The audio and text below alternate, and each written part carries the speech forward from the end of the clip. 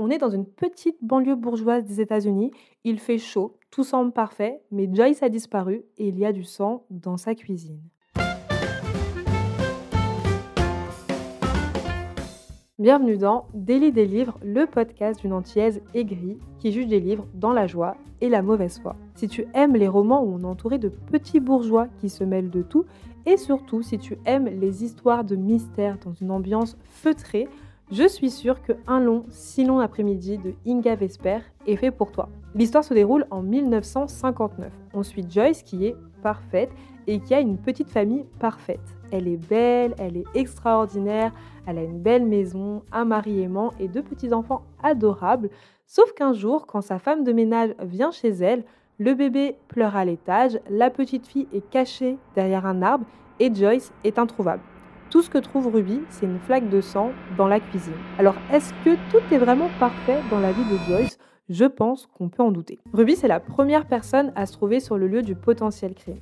Le hic, c'est que Ruby est noire et se trouver sur les lieux d'un potentiel crime quand t'es noire en 1959, c'est pas vraiment une bonne nouvelle pour tes fesses. Donc elle va se retrouver au cœur de cette enquête alors qu'elle n'avait absolument rien demandé à personne. Au début, tout ce que Ruby souhaite, c'est être innocentée, bien évidemment.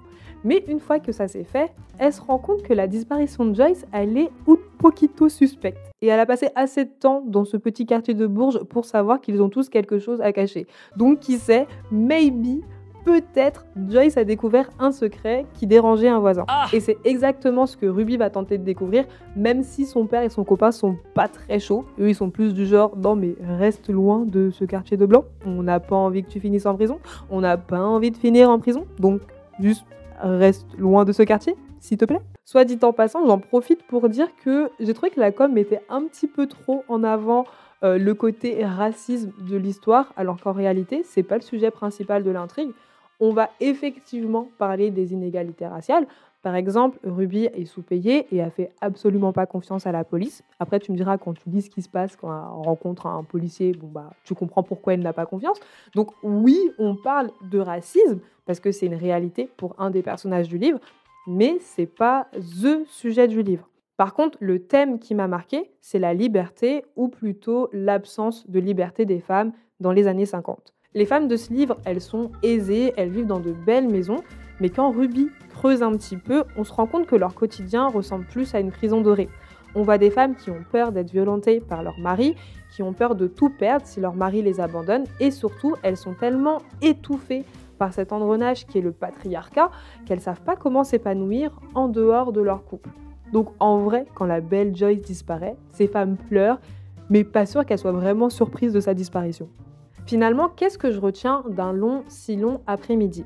Sincèrement, entre les enquêtes, les trahisons, les disparitions, les rebondissements, je trouve que tout est là pour passer un super moment.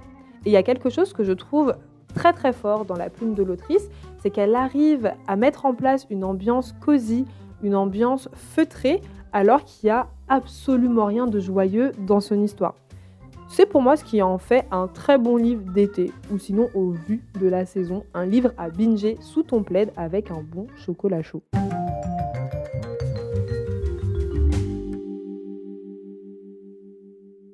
Ma recommandation de la semaine, c'est La fille du train de Paula Hawkins.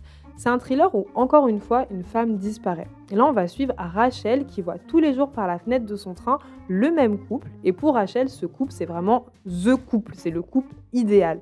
Donc elle leur donne un petit nom, elle les appelle Jess et Jason. Sauf qu'un jour, Rachel va apprendre dans les journaux que sa petite Jess a disparu et elle va se mettre en tête de la retrouver.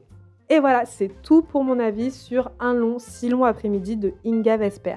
La semaine prochaine, on va parler de chimie, on va parler de cuisine et surtout de la dure vie des femmes dans le milieu professionnel. J'espère que mon retour t'aura permis de découvrir ta prochaine lecture ou mieux de t'éviter de perdre ton temps avec un livre qui ne te plairait pas. Et si tu lis par procuration, j'espère que tu auras passé un bon moment en ma compagnie. Et si c'est le cas, je t'invite à mettre 5 étoiles au podcast Délit des livres et à le partager à un ami qui a besoin de lecture dans sa vie. Sur ce, je te dis à la prochaine, je t'envoie des cœurs sucrés. Tchuss!